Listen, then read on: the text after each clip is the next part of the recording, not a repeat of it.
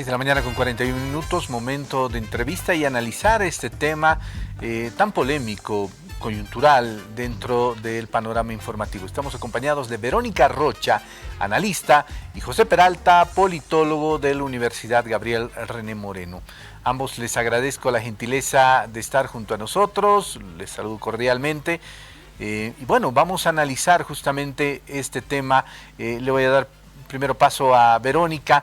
Verónica, ¿tú crees que el país está polarizado, como lo han manifestado algunos políticos? Irgen, sí, buenos días a ti, a toda la audiencia de RTP y por supuesto a José también un saludo. Yo creo que el tema de la polarización es algo que hemos estado sintiendo y haciéndonos esta pregunta desde los graves sucesos del año pasado, antes de las elecciones del 2020. Y creo, Irgen, que es importante ya tratar de hablar ahora en temas, en términos un poco electorales. Creo que el resultado nacional, que es un elemento concreto de dato que nos puede permitir esbozar estos escenarios, realmente hay una suerte de polarización en el país, en el sentido de que un poquito más de la mitad del país está de acuerdo con una propuesta que está a cargo en este momento del movimiento al socialismo, con los matices que podemos después desligar de esto a partir de los resultados de las elecciones municipales, regionales y departamentales. Y otra parte del país está bastante convencida de que los anteriores 14 años de gobierno del MAS han sido suficientes y ya estaban excediendo los límites establecidos por los marcos democráticos y estaba ya generando un rechazo importante en la sociedad. Entonces, esto que en algún momento preelectoral se llamó los bloques antimacista y masista, y que ahora Fernando Mayorga, por ejemplo, propone como el bloque Nacional Popular contra otro bloque mucho más conservador oligárquico, creo que efectivamente es una realidad que se puede vivir y que se puede medir en términos electorales respecto a cómo se siente la opinión pública. Ese creo que es un tema de sensación y de opinión pública. En temas sociales, yo creo que hay otro tipo de sensación y otro tipo de voluntad de decir que por supuesto son mucho más difíciles de sentir y de medir eventualmente. Esto tiene que ver con que ya en el día a día, en la cotidianidad, en la construcción social que involucra que varios sectores sociales coincidan y dinamicen la sociedad y la economía, están ocurriendo otras cosas en el sentido de que todos tenemos una pandemia que nos asola, todos tenemos una crisis económica que está a la vuelta de la esquina, si es que no está directamente en los bolsillos de cada casa. Es decir, creo que el tema de la salud, hay varios temas que al momento de ponerse en juego diariamente, demuestran que hay una sociedad que aún está muy clara de que hay otras agendas hacia las cuales avanzar, ¿no? Entonces yo diría que hay una polarización en términos políticos, en términos de datos, un poco resuelta de alguna manera, pero que está ahí latente, pero que obviamente la sociedad también ya está demandando de alguna manera superar o dar la vuelta a la página a esta polarización que por lo menos se hace efectiva en términos políticos, de agenda mediática y demás. Bien, gracias Verónica. A tiempo de darte la bienvenida, José, con referencia a este tema.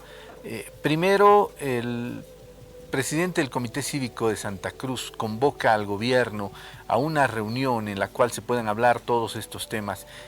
Ahora Carlos Mesa también propone. ¿Cuál debería ser la reacción, José, del gobierno a estas invitaciones que han hecho dos sectores, obviamente opositores al actual gobierno?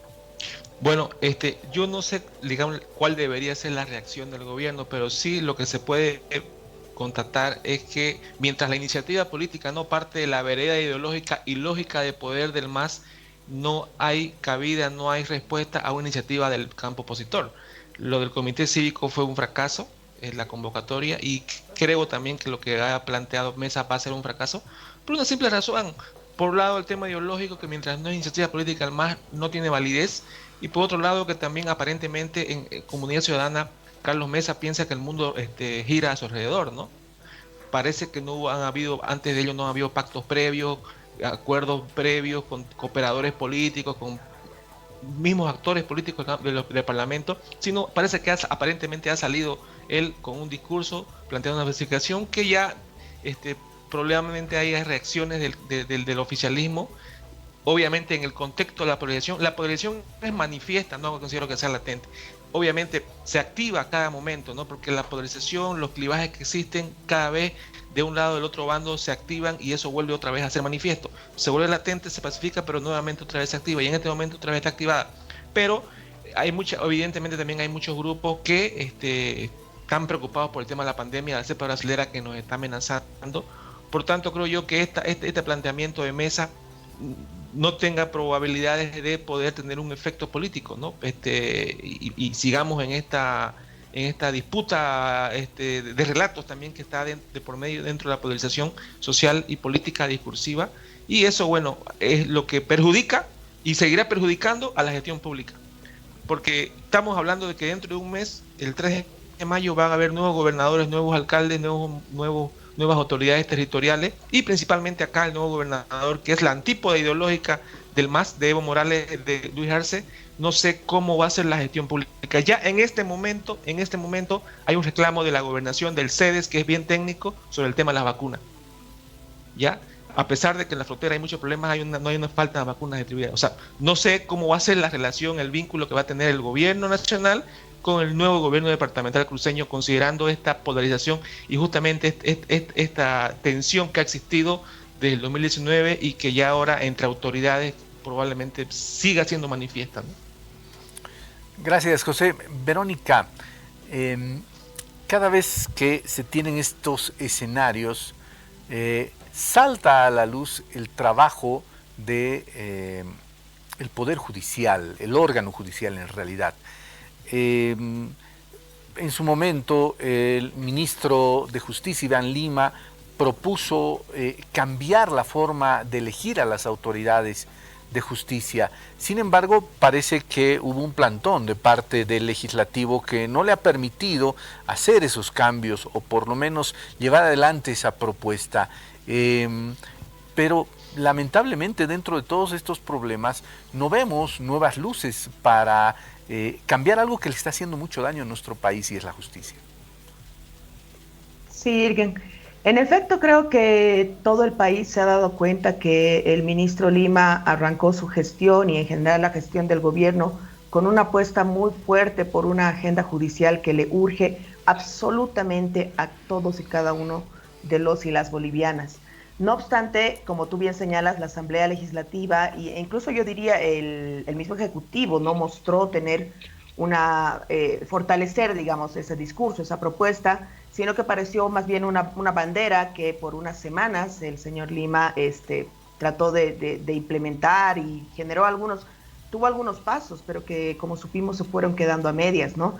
Yo ahí creo que hay un dato importante que tiene que ver bastante con este tema de la convocatoria de comunidad ciudadana, y es el tema precisamente de la Asamblea Legislativa.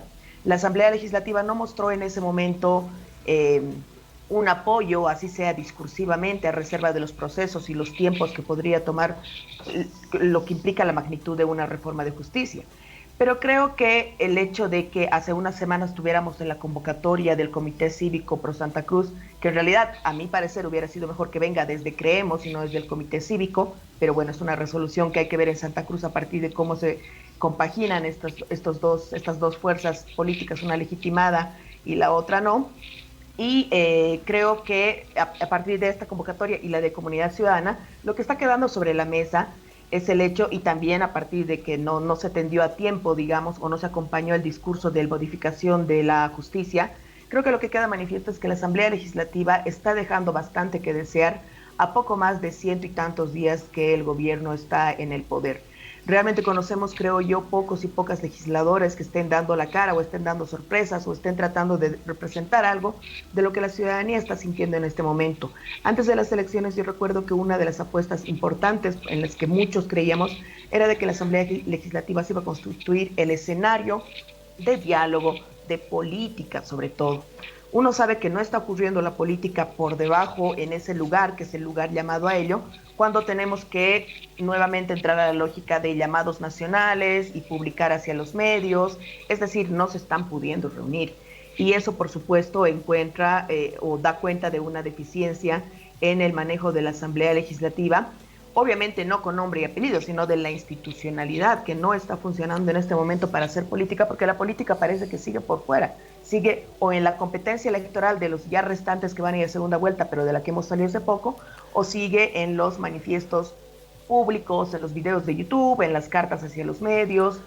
Por lo tanto, realmente creo que estas no son condiciones favorables para un diálogo. Comunidad Ciudadana establece una serie de condiciones que ellos creen que son necesarias para la paz y la reconciliación, pero por supuesto esto primero, a mi criterio, debería haber pasado por tratar de llevarlo esto a nivel legislativo, de cuadricularlo, de generar ahí algunos encuentros o algunos mínimos para estos diálogos. Sin que eso ocurra, Irgen, realmente va a ser muy complejo que se acompañen las iniciativas del Ejecutivo, que yo creo que son apoyadas por el país, se asista a convocatorias de comités cívicos u otras organizaciones cívicas sociales, o finalmente se atienda las convocatorias de ni más ni menos la segunda fuerza política con representación legislativa. Gracias, Verónica. José, a ver, analicemos este tema que me parece importante.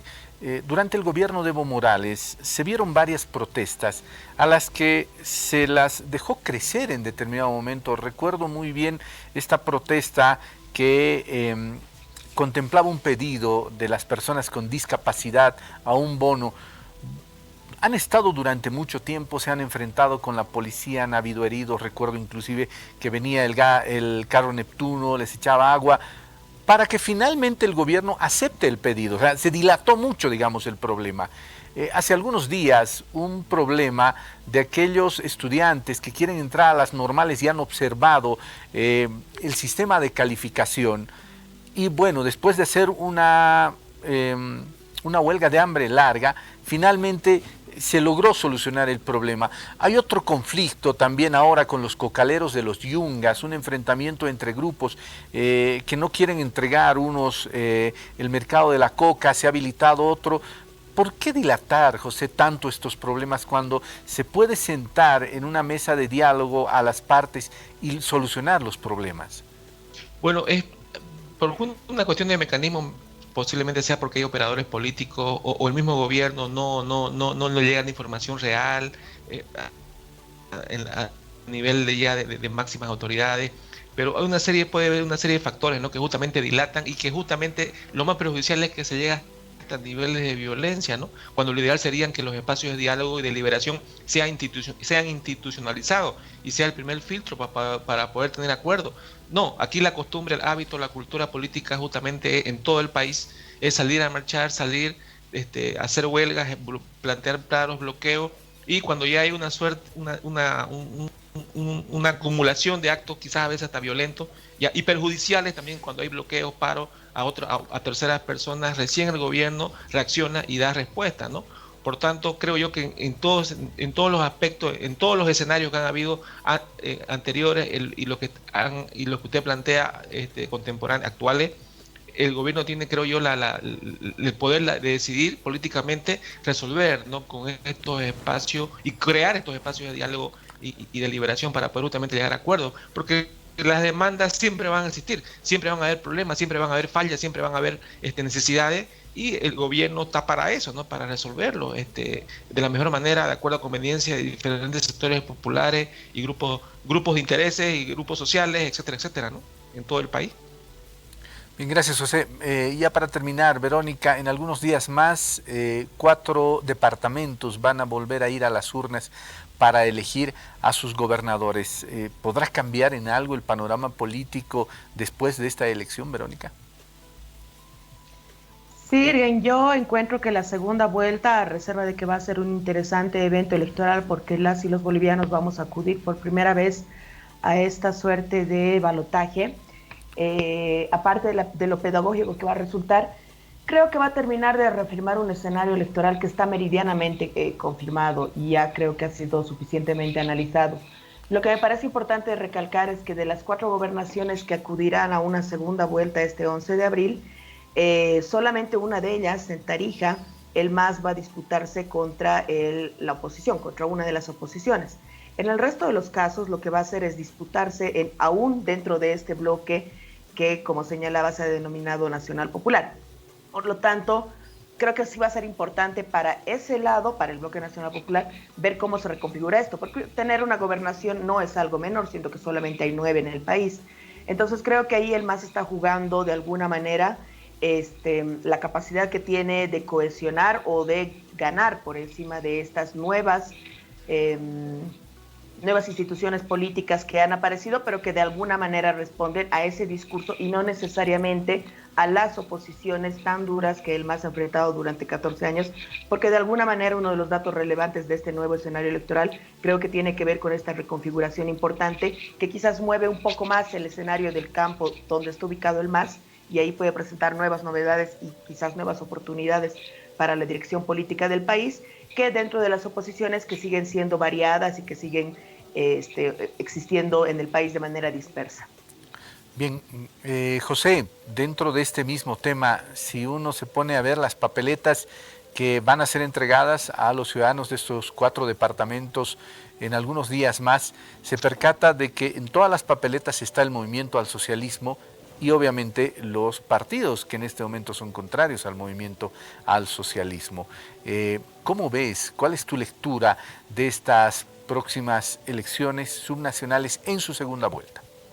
Bueno, yo creo que los 4 candidatos, ¿no?, que están, las disputas que tienen más en los diferentes departamentos, al fin y al cabo son opositores. Esa división nacional popular conservadora yo no estoy de acuerdo, ya es una interpretación de un sociólogo, pero no estoy de acuerdo. Es una división bien maniquea, ¿no? Pero sí considero que a pesar de que hayan opositores que, digamos, han sido parte del MAS en un momento y que ahora están de opositores en diferentes en los otros departamentos en disputas, igual no dejan de ser opositores, valga la redundancia, y quizás hasta tengan posiciones más dentro de ciertos valores, obviamente, que pueden compartir, pero políticamente pueden tener divergencias bien marcadas, ¿no? Y de hecho ya lo tienen, porque son justamente que participan con otra sigla política, ¿ya? Por tanto, la disputa, la oposición, si vemos Nacional Popular versus Conservador, entonces no se podría entender de qué manera, qué valores plantean, qué posición ideológica tienen estos opositores, en el caso de Pando, Chuquisaca y La Paz, ¿no? Por tanto, esto hay que analizarlo más profundamente, hay que distinguir, generar, ver el discurso que tienen, lo que representan y los grupos que plantean, ¿no? Y qué perspectiva y cómo enfrentan al MAS dentro de cada departamento. Eso no lo puedo decir porque no lo conozco bien, pero llama la atención que es un nuevo fenómeno político para analizar en el proceso de los próximos 5 años de esta nueva, como decía Verónica, una segunda vuelta que va a llevar a cabo en La Paz, por ejemplo, a lo novedoso. Por tanto, esta disputa política va a continuar y ya oposiciones internas al margen de nuevos departamentos, quizás en este momento ya se están acumulando, están generando y van a mantenerse en el transcurso de la próxima gestión, ¿no? Bueno, les agradezco a ambos. Verónica, muchas gracias por haber atendido esta entrevista. Gracias a ti, Irien. Un buen día para todos y todas.